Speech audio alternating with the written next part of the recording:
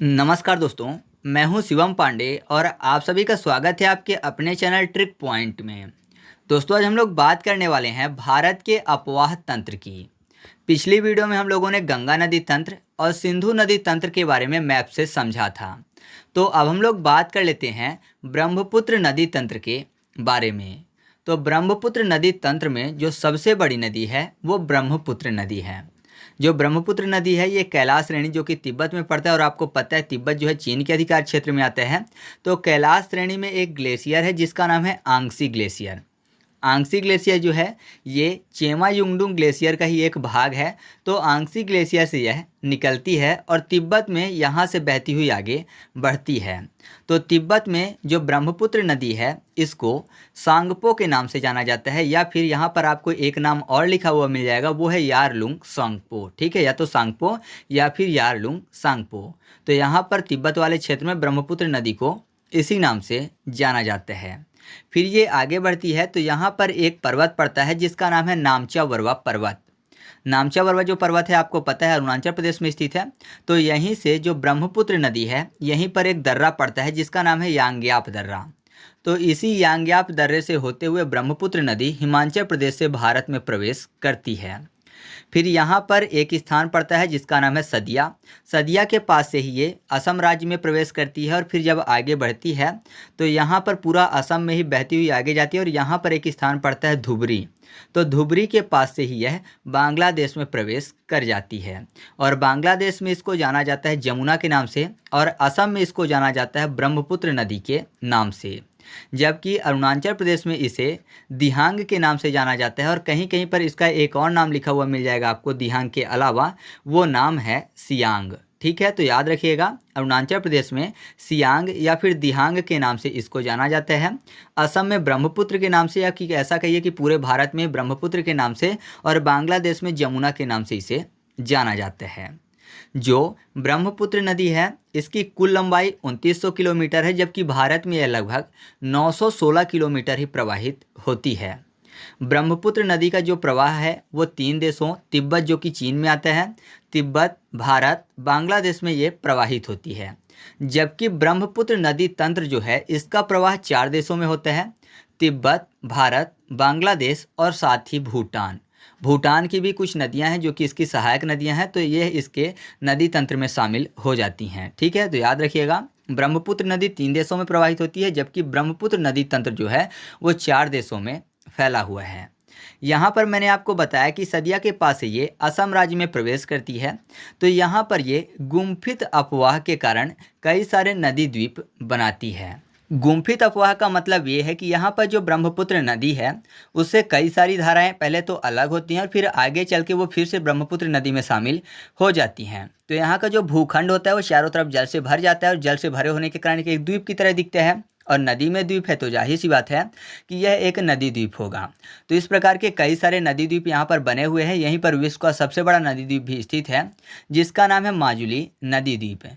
साथ ही मैं आपको बता दूं कि असम राज्य में ही ब्रह्मपुत्र नदी पर एक ब्रिज भी स्थित है जिसका नाम है बोगीबील ब्रिज।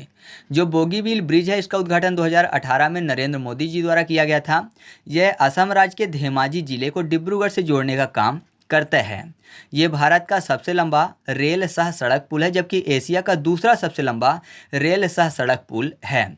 जबकि ये भारत का 5वां सबसे बड़ा सेतु है, मतलब भारत का 5वां सबसे बड़ा पुल है। लंबाई के हिसाब से 5वां सबसे बड़ा है, लेकिन रेल के साथ सड़क भी देखेंगे अगर तो ये पहले नंबर पर आएगा। ठीक है, तो ये चीज़ आप इसके संबंध में याद रखिएगा।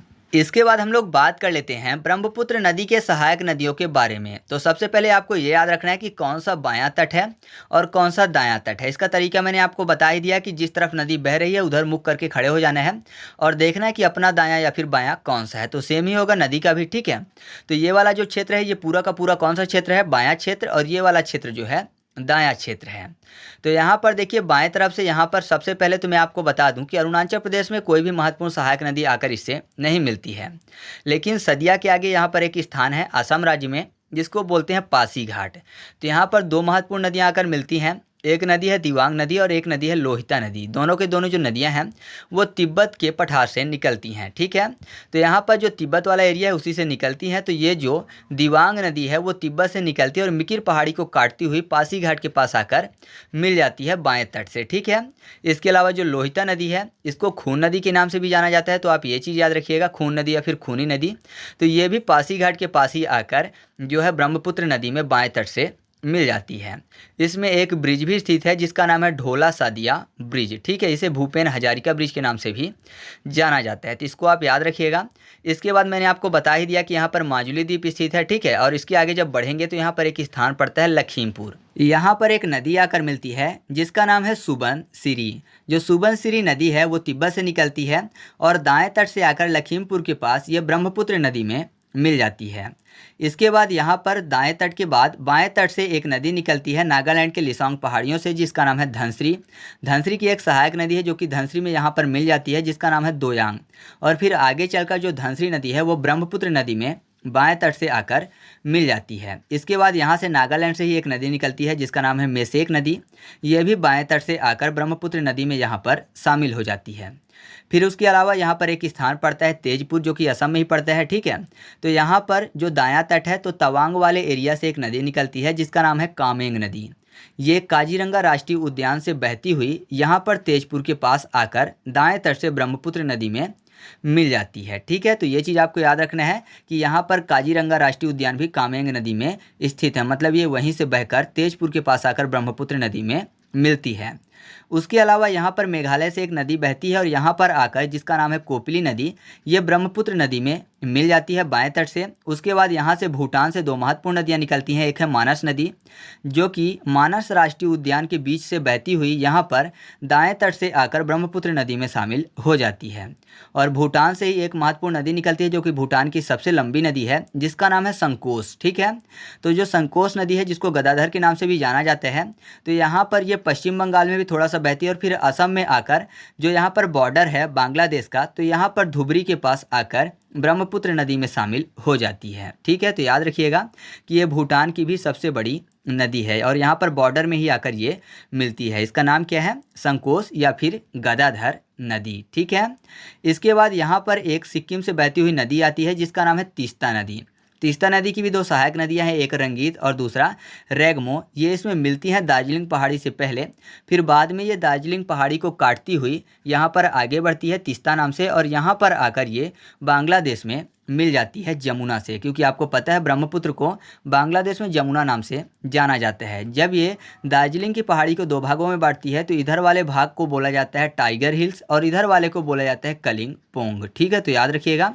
इसके अलावा आपको पता ही है कि जो गंगा नदी हैं वो पद्मा के नाम से बांग्लादेश में बहती हैं और बांग्लादेश में ये जाकर जमुना में नहीं ब्रह्मपुत्र में समाहित हो जाती हैं। साथ ही साथ मणिपुर से निकलने वाली एक नदी है जिसका नाम है बराक नदी, जो कि कैंची मोड़ बनाती हुई आगे बांग्लादेश में आती है और बांग्लादेश में इसको सुरमा या फिर मेघना के नाम से जाना जाता है। और बाद में ये जो मेघना है वो भी जाकर जमुना में मिल जाती हैं और पूरी की पूरी धारा को फिर मेघना के नाम से जाना जाता है और ये मेघना जाकर आगे बंगाल की खाड़ी में मिल जाती हैं, ठीक है। साथ ही साथ मेघना की एक सहायक नदी है जो कि गुमटी नदी है, ये त्रिपुरा से निकलती है और मेघना में समाहित होती है। तो ये चीज़ आपको याद रखना है कि जब मेघना नदी जो है जमुना में मिल जाती हैं तो जमुना, पद्मा और मेघना की संयुक्त धारा को मेघना के नाम से ही आगे जाना जाता है और ये जाकर बंगाल की खाड़ी में समाहित होती हैं। मैं आपको एक चीज़ और बता दूं कि ऊपर जो मैंने तीस्ता नदी के बारे में बताया था जो कि जमुना में जाकर मिलती है बांग्लादेश में, ये पहले जमुना में नहीं मिलती थी, ये पहले जाकर पद्मा में मिलती थी, मतलब गंगा नदी में मिलती थी।